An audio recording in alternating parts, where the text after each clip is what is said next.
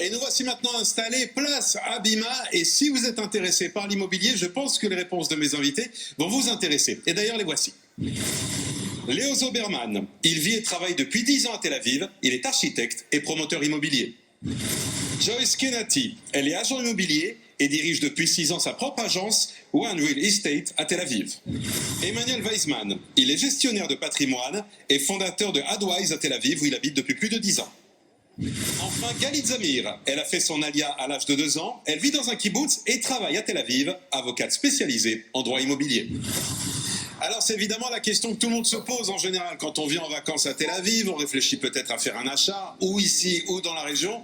Le problème, et je vais commencer avec vous Léo Zoberman, c'est qu'on a l'impression qu'il y a une véritable bulle immobilière, et on l'a vu dans le reportage, ces prix qui défient toute concurrence de par le monde. On peut penser qu'un jour cette bulle va exploser? Alors on parle de la bulle immobilière depuis très très longtemps, et une bulle, s'il y avait bulle, elle aurait explosé effectivement. Je pense que c'est plutôt en fait une notion de dôme. Non pas un dôme de protection, mais c'est un dôme. On ne sait pas exactement comment ça se passe. Celui-là, il fait un peu plus peur. Non, au contraire, on est bien protégé, on va dire. Ah bon, ça veut dire En fait, on est protégé de là-haut. Mais le dôme, en fait, permet effectivement d'avoir aussi bien au plan urbanistique, et c'est ce qui est en train d'être fait sur Tel Aviv, qu'au plan des prix, enfin une sorte de panel sur l'ensemble des régions. Mais c'est vrai que pour certaines personnes, ça fait un peu peur, et qu'on arrive en fait à des prix qui sont des prix tout à fait incroyable, mais pas aussi fort que les prix de New York, que parfois des prix de Paris aussi, ou que parfois des prix de Londres.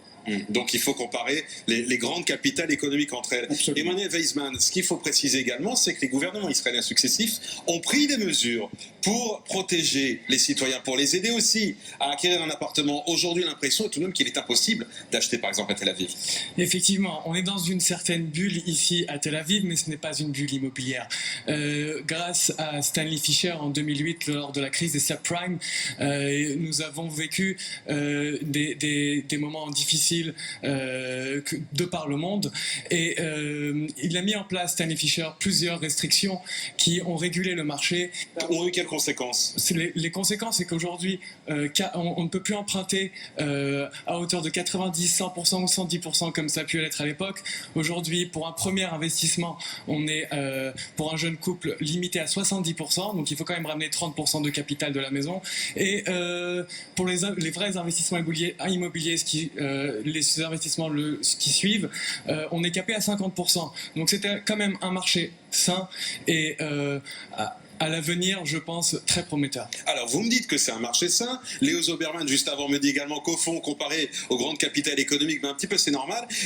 Joyce, en préparant cette émission, vous nous avez même dit que vous pensiez que l'augmentation des prix sur les 3 prochaines années, et pour ceux qui nous regardent, ça va être le choc, va être de quelques 20%. Exactement, ils vont augmenter de 20%. Chaque année, à peu près, ça augmente de 7%. Et en fait, il y a trop de demandes et il n'y a pas assez de produits, donc forcément que les prix augmentent. Les prix augmentent. Galit Zamir, on va donner quelques chiffres. Dans les dernières années, Tel Aviv a connu 130% d'augmentation. Exactement. Jérusalem, 83%. Face à cette folie, on fait quoi? Alors, qu'est-ce qu'on fait quand il y a une telle montée de prix? On peut se rabattre dans la périphérie, qui est dans des villes qui sont moins centrales. Mais vous pensez à quelle ville? Alors je pense Hadera, Or Akiva, Haïfa.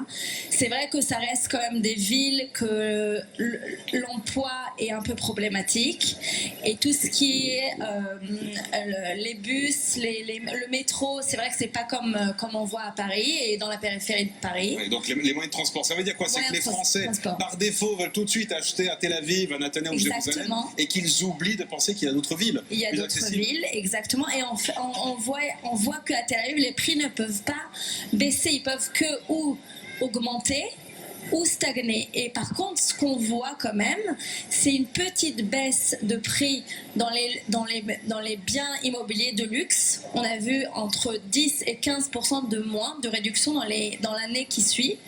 Donc peut-être ça peut un peu baisser.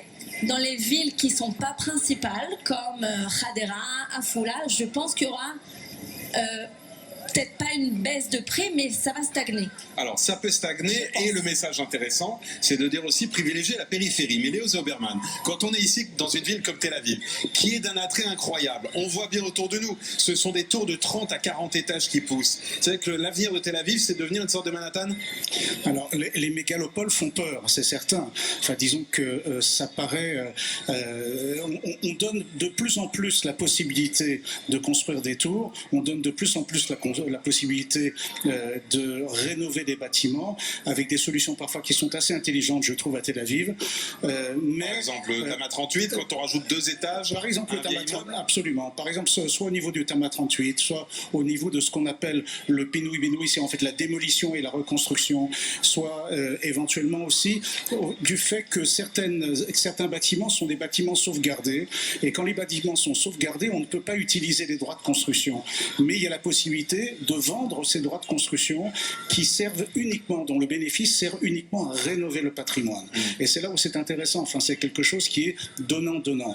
Et la ville de Tel Aviv a été construite de façon à ce que, effectivement, il y ait une possibilité, une capacité d'extension. Il ne faut pas oublier qu'elle a été créée par un architecte urbaniste qui était en fait un biologiste et qui a considéré que Tel Aviv était comme un corps, et donc il a créé cette possibilité d'extension tout à fait exceptionnelle. Mais alors, a lieu où cette extension? Alors, les extensions... Sur la carte, il n'y en a plus.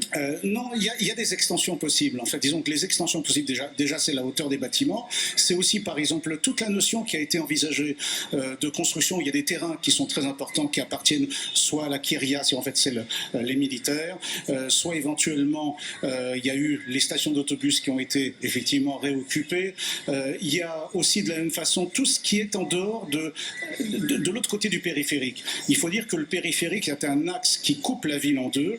Aujourd'hui, la ville de Tel Aviv pense pouvoir le recouvrir par des espaces verts et faire en sorte qu'il y ait une continuité à ce moment-là de la ville. Alors, vous parlez de continuité. Il y a aussi une réalité des études qu'on a vues dans le sujet tout à l'heure.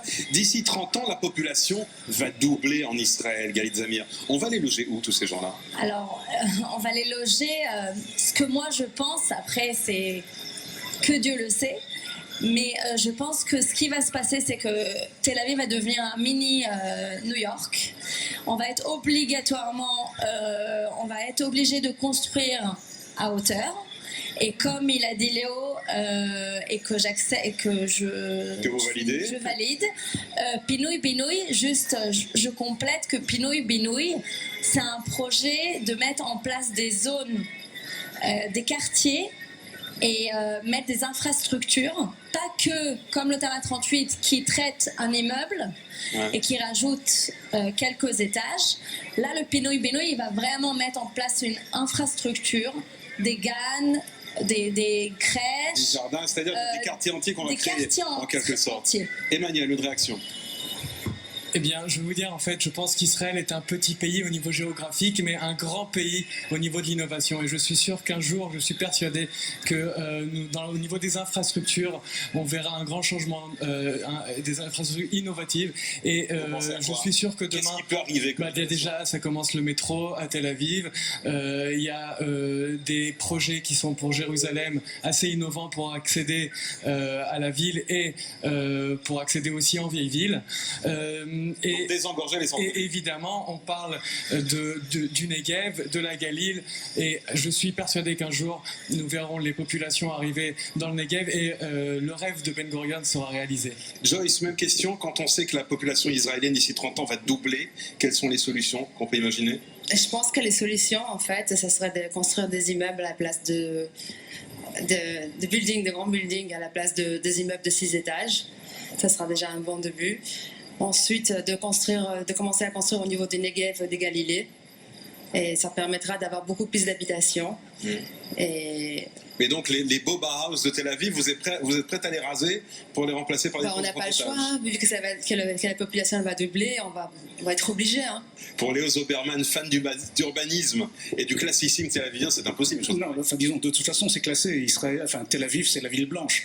Donc, ça paraît tout à fait difficile. Mais déjà, la ville de Tel Aviv donne la possibilité, dans certains cas, de rénover du Bauhaus et de rajouter des étages, ce qui est tout à fait exceptionnel. Enfin, on va dire que les architectes architectes des monuments, j'appelle ça hystériques, plutôt qu'historiques, sont parfois très difficiles. Mais ici à Tel Aviv, effectivement, ils donnent beaucoup de possibilités. Et si je peux me permettre, le nouveau quartier de Tel Aviv qui va être construit, c'est l'ancien aéroport Sde-Dov. Et ça va être un très très grand quartier qui va monter aussi très haut. On n'aura pas besoin de toucher aux beaux immeubles Bauhaus. Et reste à savoir qui va profiter des terrains de l'aéroport de Sde-Dov. Eh bien, merci à tous. Voilà quelques bonnes idées. On n'a pas aidé à faire baisser les prix, mais sans doute donner des idées pour l'avenir. Alors, comme on est sur une place ici du théâtre en plein cœur de Tel Aviv, maintenant à Paris, on va aussi se diriger au théâtre.